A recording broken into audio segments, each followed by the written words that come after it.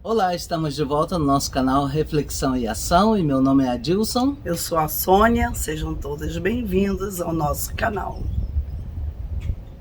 Bom, hoje estaremos refletindo no Evangelho de Jesus Cristo segundo São Mateus, capítulo 10, versículo de 24 a 33.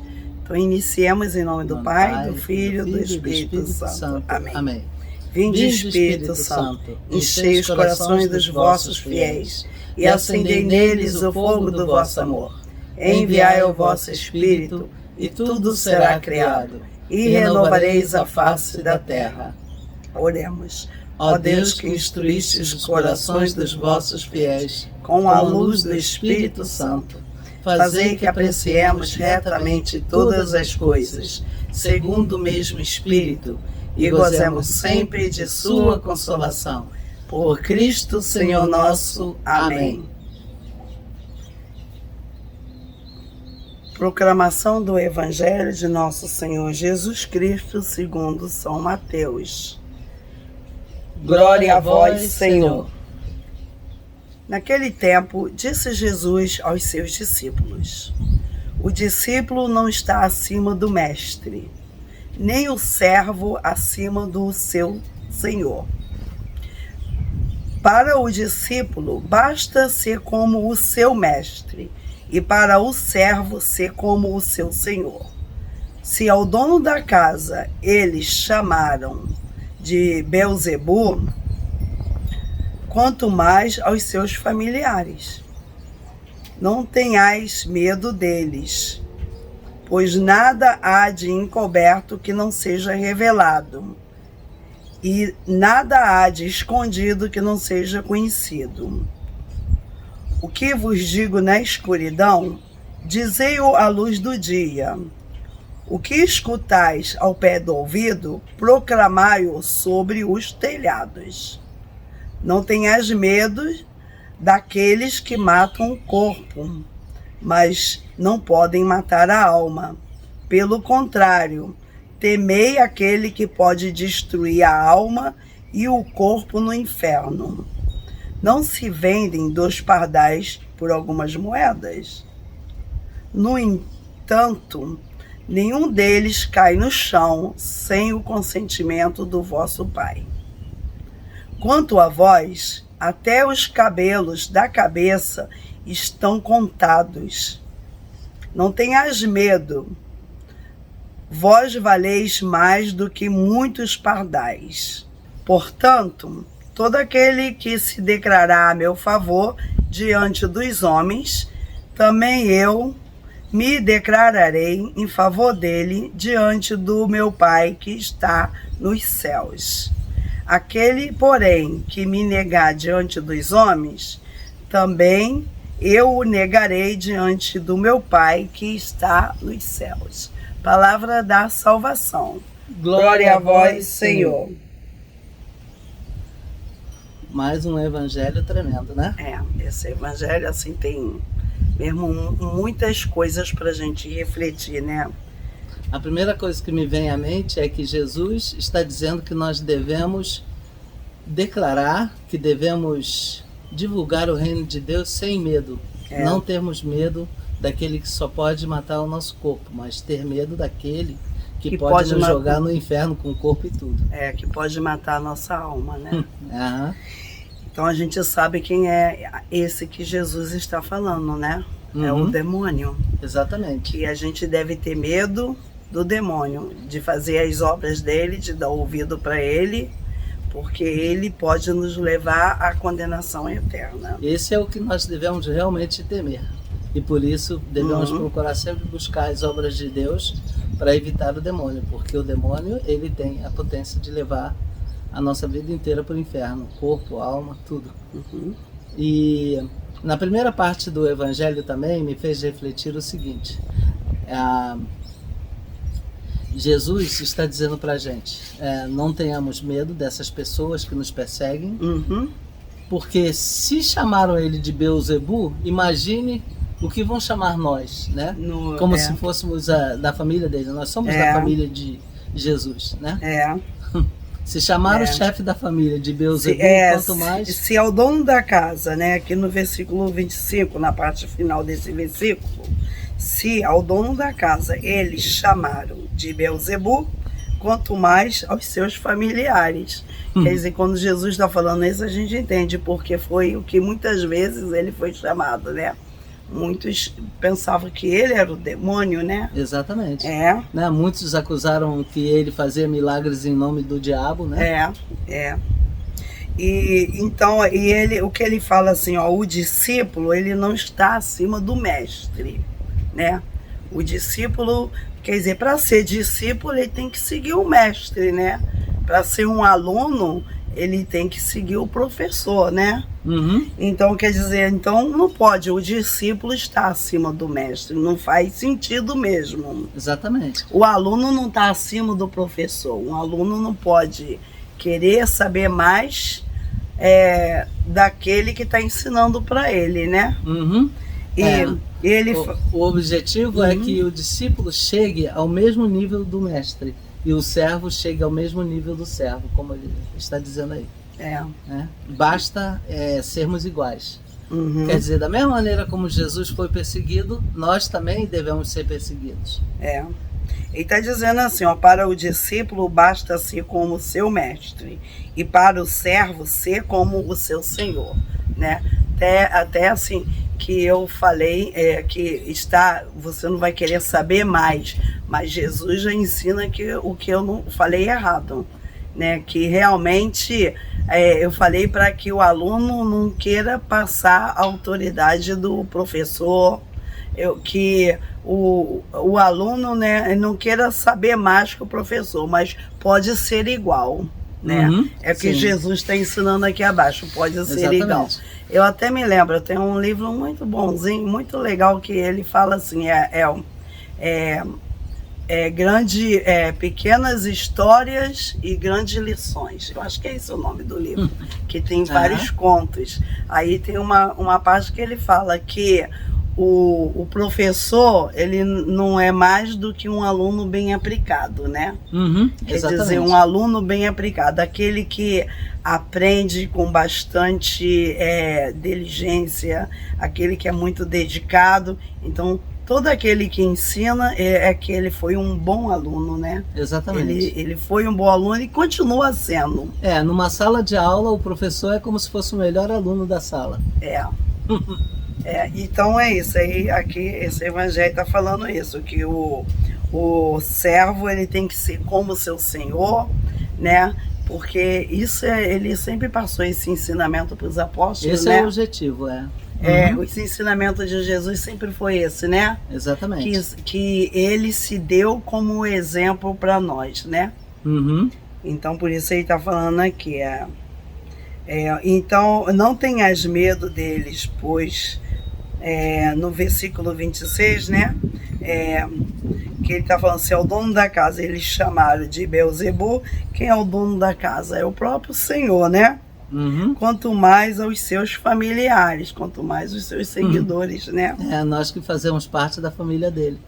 Não tenhas medo deles, pois nada há de encoberto que não seja revelado, e nada há de escondido que não seja conhecido. Eu acredito que Jesus está dizendo, o dia deles vai chegar. Não se preocupem não. O que eles fizerem contra vocês, o mal que eles tiverem proferido contra vocês, um dia vai vir às claras, nada vai ficar encoberto, e eles vão ser desmascarados. O que eles fizerem escondido, né? Ficar tapeando, né? Igual a gente sabe que essa é uma realidade mesmo. Aquele que tapeia, que engana, chega um dia que a máscara cai, né? A máscara cai. O que vos digo na escuridão, o que Jesus vos diz na escuridão, dizei-o à luz do dia. O que escutai ao pé do ouvido, proclamai sobre os telhados.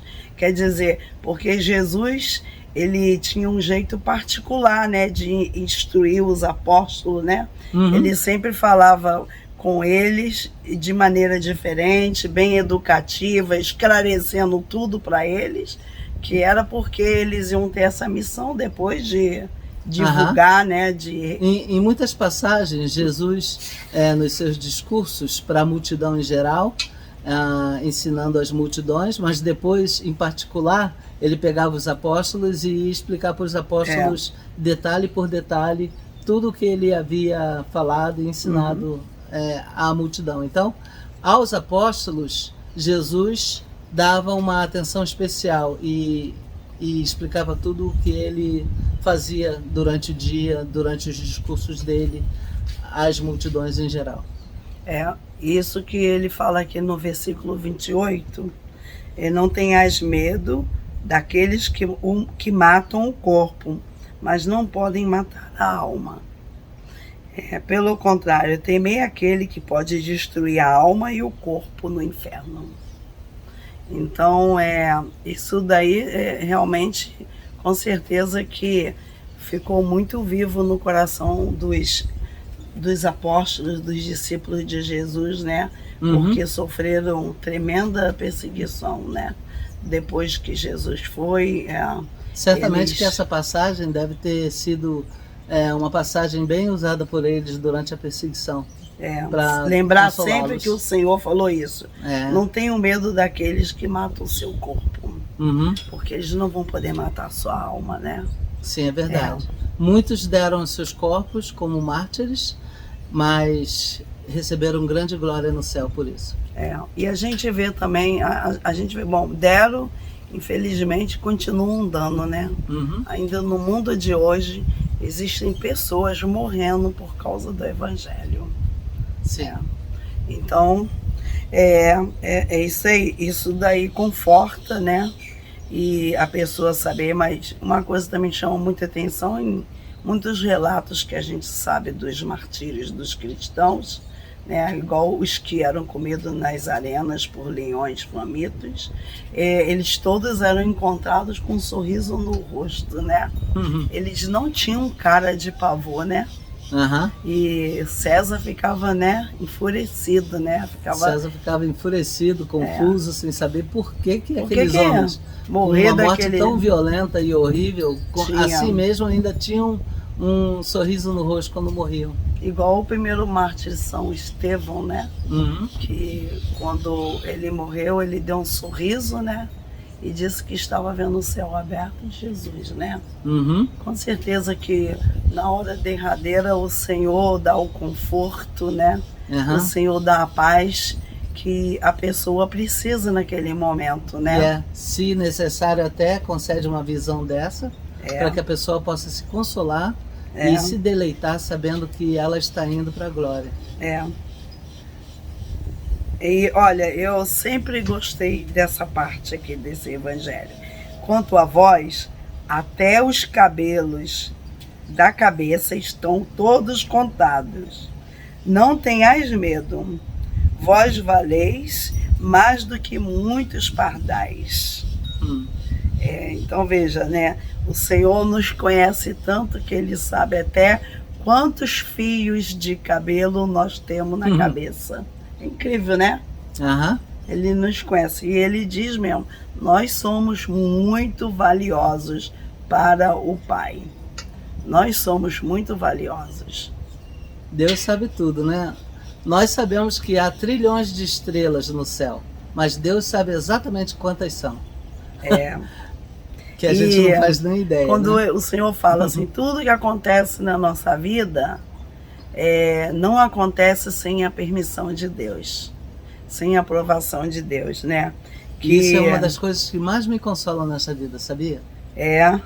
Isso devia ser. Saber que Deus está com o controle sobre tudo, sobre a minha vida, é o que mais me consola nesta vida. Porque mesmo nos momentos difíceis que a gente passa nesta vida, a gente sente esse consolo tão grande no nosso coração, sabendo que Deus tem o controle de tudo. E assim, não existe nesse mundo, né? Eu não conheço ninguém que vive nesse mundo num mar de rosas, todo o tempo. Que tudo é só flores, tudo dá certo. Parece que quando nós somos cristãos, é que a coisa complica, né? Aí é que não é mesmo mar de rosas. Que tudo é muito mais difícil, tudo que a gente tem é com dificuldade, né? tudo é muito difícil quando se é cristão, é porque a gente vai pelo caminho mais difícil também para conseguir as coisas, né? Uhum. Você não Sim. consegue, você sabe que o caminho fácil não nos é permitido, né? Exatamente. A gente tem que fazer as coisas no caminho certo. E muitas vezes esse caminho certo é muito pedregoso, né? Exatamente. Passamos por muitas dificuldades, né? Nem sempre tudo está bem, mas o que importa é que nós não podemos perder a fé em Deus, né?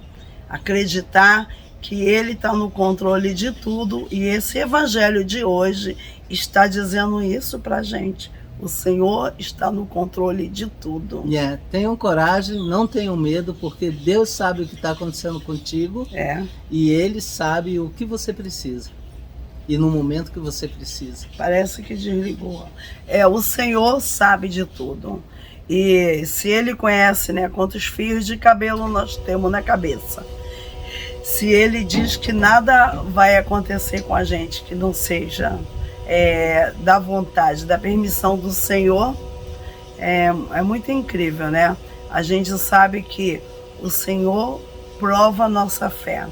Parece até que, apesar da gente saber que o Senhor mora no íntimo do nosso ser, que nós fomos criados por Ele, nós somos a sua morada, mas mesmo assim, Ele quer ouvir de nós a nossa resposta, né? Ele quer ver até que ponto nós o amamos. Parece que quando chega nesse ponto, às vezes eu fico me questionando.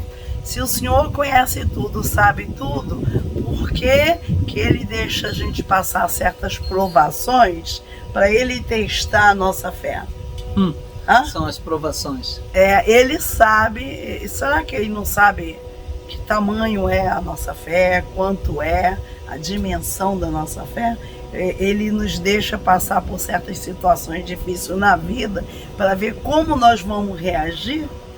Ele sabe o quanto nós temos fé, se a nossa fé é pequena, se é grande, se é média, porque ele tem onisciência, ele tem o conhecimento de tudo, mas ele quer que a gente prove o nosso amor por ele. Eu lembrei daquela profecia, né, que o profeta fala assim, acho que é Jeremias, que a palavra eu nem cheguei a pronunciar, mas o Senhor já sabe o que eu ia falar, né? Exatamente. Então, quer dizer, Ele nos conhece muito bem, mas eu acredito, às vezes eu fico refletindo, eu não sei se eu estou certa sobre isso, não tenho a mínima certeza se o que eu vou falar aqui se é certo ou não. Isso é o meu pensamento, que eu às vezes penso, que mesmo o Senhor me conhecendo, sabendo, né, aquela palavra que eu vou falar, me conhecendo tudo, mas parece que quando se trata da minha vontade, o Senhor não interfere. Não interfere. Ele me testa com as provações para saber como que eu vou escolher aquilo. Aí às vezes eu penso, como fomos criados com livre-arbítrio, como temos, né, o direito de escolha, parece que quando eu passo por certa aprovação, o Senhor me deixa sozinho, sozinha, né, para me ver o que eu vou fazer, o que eu vou escolher. Porque parece que nessa parte Ele respeita a nossa privacidade. E às vezes eu penso, será que eu tenho uma privacidade com o Senhor? Ele me conhece, sabe tudo de mim, mas na hora que eu tomo a minha decisão, Ele não se interfere. Eu reflito sobre isso. Certamente. Então, não sei. Eu vou procurar ver se Santo Tomás de Aquino... Quanto a isso é algo bem evidente. Eu creio que seja exatamente dessa maneira. Nós temos o livre-arbítrio. Por isso que Jesus veio para expor o caminho. Agora, nós é que temos que decidir se vamos querer trilhar esse caminho ou não. Ou não trilhar. Vamos ver que ele dizia, quem quiser me seguir, que tome a sua cruz e siga-me. Pois quem quiser ganhar a sua vida, perderá... quem quiser ganhar a sua alma, perderá a sua vida. Né? E quem perder a vida sua vida por amor de mim, terá a ganhará de novo. Vai recuperá-la de novo. Então, Jesus faz um convite. Jesus Jesus veio expor o caminho, mostrar o caminho e nos convidar a trilhar esse caminho. Agora, depende da gente escolher ou não. Então, por isso que nós temos esse livre-arbítrio. Até nisso, Deus é muito maravilhoso, né? É um Deus criador que criou todas as coisas, o visível e o invisível, como rezamos no credo niceno-constantinopolitano, que ele criou as coisas visíveis e invisíveis. Porque tem muitas coisas que a gente sabe que ele criou e que a gente não vê, né? Mas um Deus criador e que dá pra gente uma total liberdade de escolha, né? Exatamente. É bem interessante isso, né? Por isso, assim, eu penso sempre, né? Eu peço sempre ao Senhor que me ajude a nunca decepcioná-lo, porque ele foi tão bom, ele não nos criou escravo, ele nos criou livre, né? Nós não somos escravos de nada, somos livres e somos livres para escolher o nosso próprio destino. E ele podia, né? Como ele é o criador de todas as coisas, ele podia criar tudo do seu jeito. Mas essa liberdade que ele deu ao ser humano, ela é muito interessante, né? Uma liberdade que, se a gente para pensar, né? Eu gosto sempre de refletir sobre a liberdade que o Senhor nos deu. E eu sempre acho incrível mesmo, porque até nisso ele pensou, né? Eu acho que a liberdade que ele nos deu é consequência do fato de que ele nos criou a sua imagem e semelhança. Ninguém pode chegar para o Senhor e falar assim: eu te escolhi porque eu fui obrigado. Eu não tive escolha. Você me criou para me te escolher de qualquer jeito. Não, ele só fez uma coisa muito boa para a gente, para não deixar a gente também totalmente vagando, né? Ele colocou no nosso íntimo, do nosso ser, aquele desejo por ele. Ele nos deu aquele gostinho por ele, mas ele não nos obriga se a gente não quiser escolher ele. Muito pelo contrário, nesses evangelhos que a gente vem meditando, ele fala bem assim: até se você vai anunciar o evangelho para alguém que não quer, que você não insista, vai embora, né? Se você der a paz para alguém que não quer, ela vai voltar para você, vai embora. Exatamente. É até muito importante a gente sempre desejar a paz, né? Porque pelo menos a gente sabe, se ela não for, ela fica com a gente, volta pra gente, né? Aquilo que você desejar para os outros, volta para você, né? Exato. Então esse evangelho também, essa frase também, não tenhais medo, né? Eu me lembro que era a frase muito querida pelo João Paulo, né? O Papa, né? São João Paulo II. São João Paulo II, ele morreu dizendo: não tenhais medo, né? A gente não deve ter medo de nada, porque o medo, ele escraviza, né? E nos impede de fazer muita coisa. O medo, assim, ter medo de falar de Jesus para as pessoas, anunciar o evangelho, ter medo de assumir que é cristão, né? Ter medo de fazer algo que você sabe que teria que fazer para praticar a justiça e você não faz. Ter medo de tentar um novo empreendimento, né? O medo, ele faz com que as pessoas se intimidem, né? E aí deixam de fazer muitas coisas que poderiam fazer porque tiveram medo, né? E aí está nesse mesmo evangelho Jesus advertindo que se aquele que se envergonhar diante dos homens, envergonhar de mim diante dos homens, dele também eu me envergonharei diante do meu Pai. Aí no caso, no evangelho está: aquele que me negar diante dos homens, eu o negarei diante do meu Pai. Então, muito perigoso esse fato da gente se omitir. Nós não podemos nos omitir.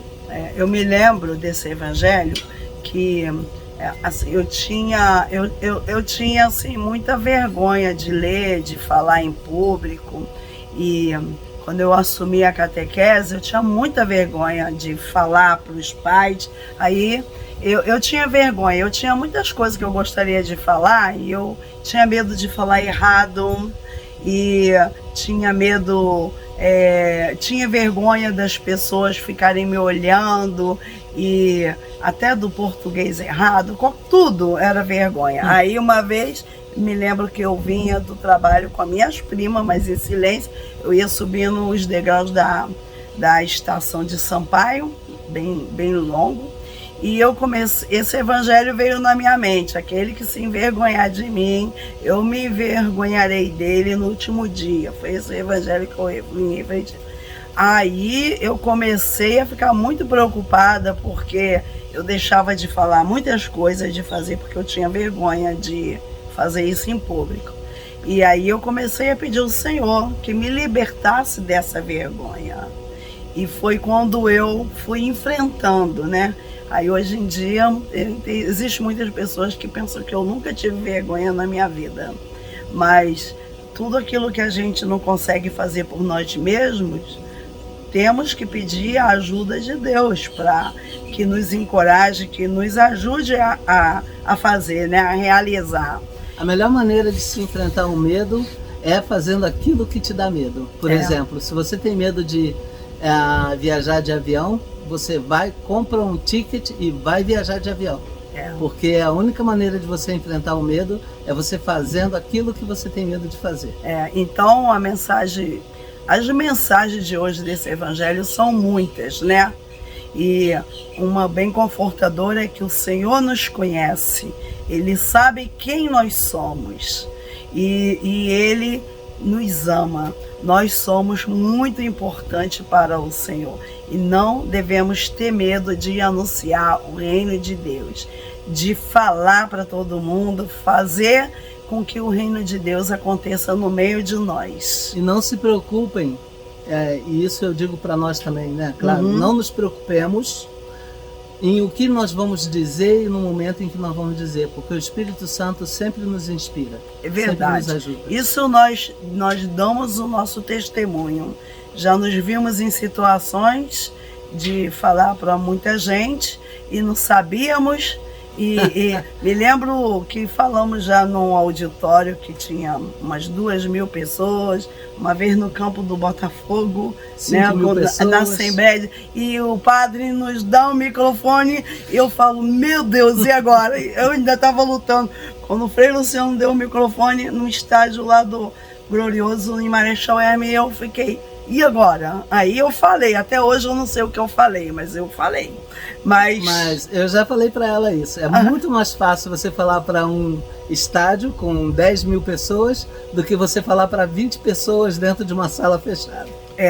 Eu às vezes... Porque no estádio com milhares de pessoas, você não sabe quem está te olhando, porque está todo mundo lá longe, né? Mas quando é uma sala com 20, 30 pessoas, todo mundo aqui perto de você, aí sim, aí... E olha que nesse dia, eu sabia que ele podia fazer isso e a gente não queria ficar perto dele, porque eu fazia, depois ele não deu outro. Quando eu vejo o padre tá perto de mim e me dá o microfone, e como que eu não ia fazer nada aí, eu, na hora...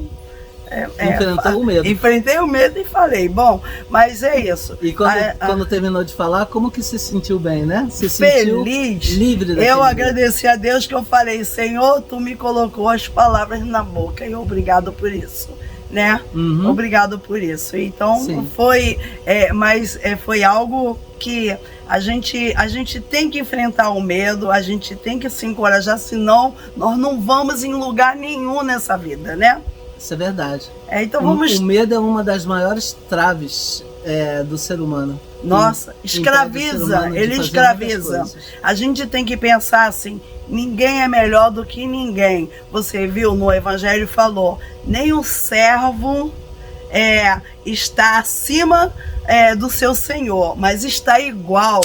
Todos somos iguais diante dos olhos de Deus.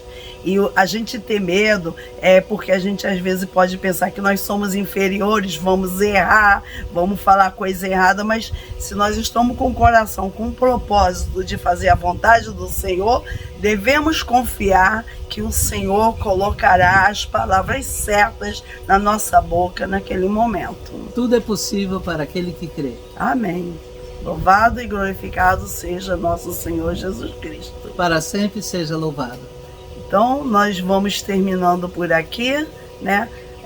Desejando a todos que tenham paz, coragem, não tenhamos medo. Não tenhamos medo de nada. Nunca em nenhum momento. O Senhor está com a gente. Amém.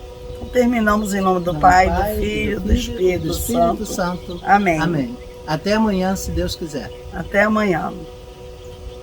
Tchau.